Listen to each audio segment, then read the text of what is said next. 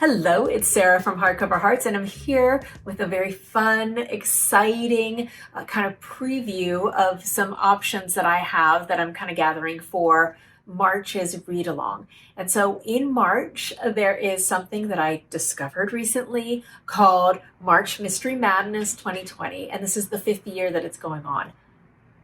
I had no idea. This is the joys of coming to YouTube and BookTube specifically, is that you find out about these things.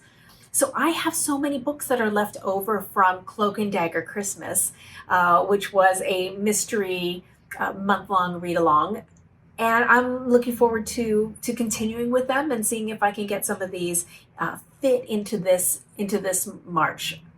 I think I've mentioned before that I love mysteries, specifically historical mysteries, as palate cleansers between headier, more literary fiction or intellectually challenging work. And so I'm always trying to have a mystery on the go. I love historical mysteries, but I also love mysteries in translation from other countries, because I think you learn so much about police procedures and the way the law is enacted in different countries. So I just find it very illuminating. I learn a lot. So I have a ton of books here. Let me kind of walk you through some of the ones that I'm doing. I found out about this because of Jen from Remembered Reads. She posted it, but there are a lot of people participating, and I would hate to not include them. So I'm going to have all the information down below in the description. And there's also a lot of prompts around the number 5. So I may or may not be able to do that. I might just focus on being able to read 5 books, which I think I can do in the month of March, 5 mysteries. The other ones are really fun, but I don't know if I can find something, and I prefer to see where my natural reading overlays with prompts, but not necessarily force my reading to fit the prompts per se. So let's see what we can do. So I'm going to talk first about a series that I am new to, but absolutely in love with. So every once in a while, I'll have these moments where I find a new author and I just want to dive into everything. Well, the same is true of this author. Now, this is an author that I was introduced by a woman that I'm friends with that used to own a bookstore, and she had these as extras, and she gave them to me. And man, was she ever 100% right about how amazing this author is. I've already read 2 of his works, and I'm in love. This is Keigo Higashino's work. This will be Salvation of a Saint. This is number 2 in the Galileo series, Detective Galileo. And then we also have A Midsummer's Equation of that series. Now, he also has another series, the Detective Kaga series, and this will be the next one up, and this is Malice.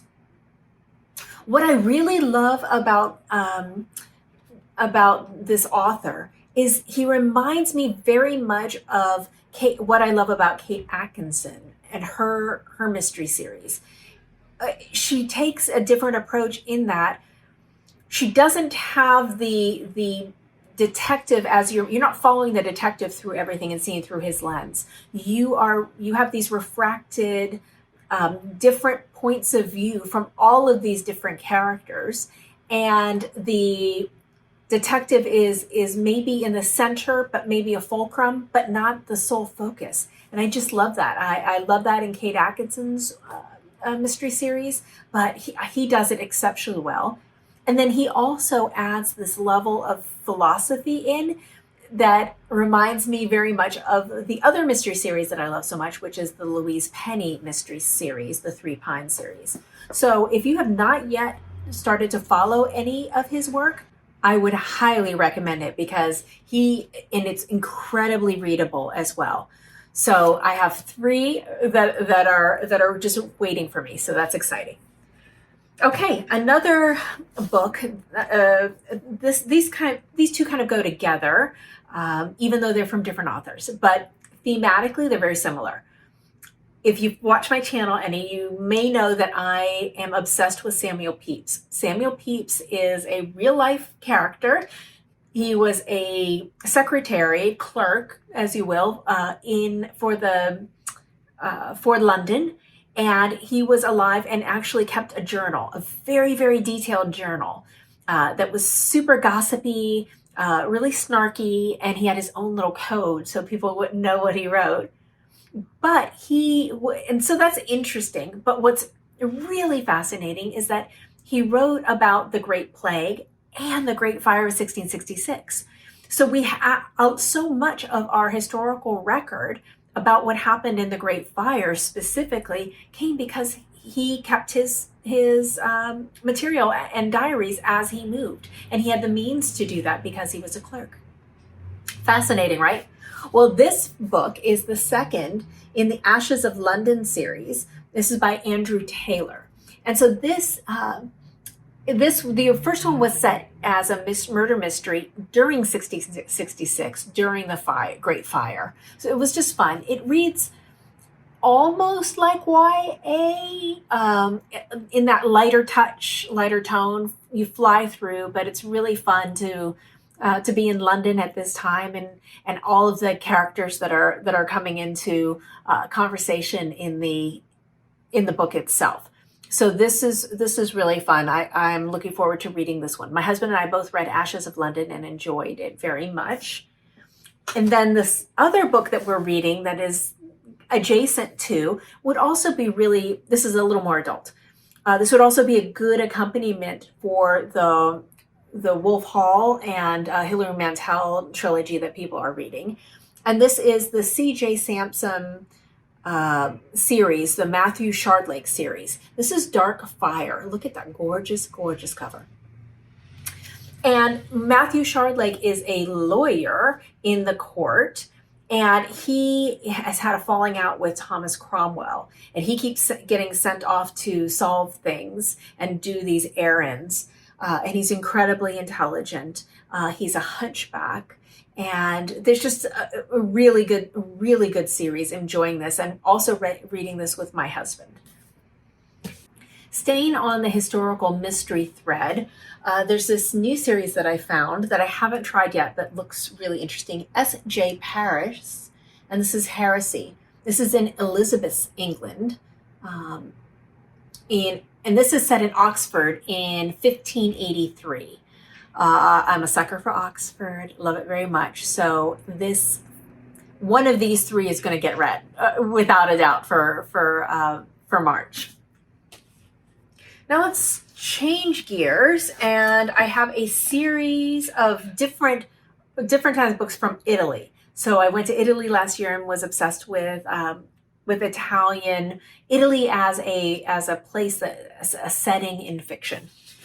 So this is number one. This looks like a really fun, light read. Antipoldi and the Sicilian Lions. This is by Mario Giordano. And that just looks like a really fun, light book. And it has a woman in her 60s kind of solving things. So, I love me an old lady in a story. So that's great. And then this is set in Rome. And this is the Aurelio Zen series. This is called Vendetta by Michael Dibdin. This won the Gold Dagger Award. I've heard this is great. And I think this was made into a PBS series, which was really lovely, had like beautiful visuals all throughout Rome. So interested in reading this. I think this is going to be a little bit more noir and a little darker. Then let's keep the international thing going. This looks fantastic. This is The Godmother by Hannelore Caire, and this won the Grand Prix de Littérature Policière, so a French one. And this is an older woman who is says 53-year-old widowed mother of two, fluent Arabic speaker, upstanding French citizen, and soon to become the godmother. So that looks fun. Let's see. We'll stick with France, and this is Total Chaos. This is almost like a noir set in Marseille. I wanted to read this for Cloak and Dagger, didn't get to it, so it's moving over to this list. I have also another one from Cloak and Dagger. This is Outsider in Amsterdam by Jan Willem van der Wouderen. I also have one, an Asian one that I didn't get a chance to read for Cloak and Dagger. And this is Singapore Sapphire, A.M. Stewart. A lot of initials for these writers, aren't there? So this has a great looking cover, and this is set in Singapore in 1910. Interesting place, interesting time. Hopefully this is an interesting historical fiction. So those are my options. Of course, I'm not limiting myself only to these, so we'll see what I come up with. Are you going to be participating in March Mystery Madness? And if so, what are you planning on reading? I'd love to know. And have you read any of these? Do any of these sound particularly appealing? Or are there anything like these that you highly recommend? Because I'd love to know. So that's it. Thank you so much for watching, and I'll talk to you later. Bye.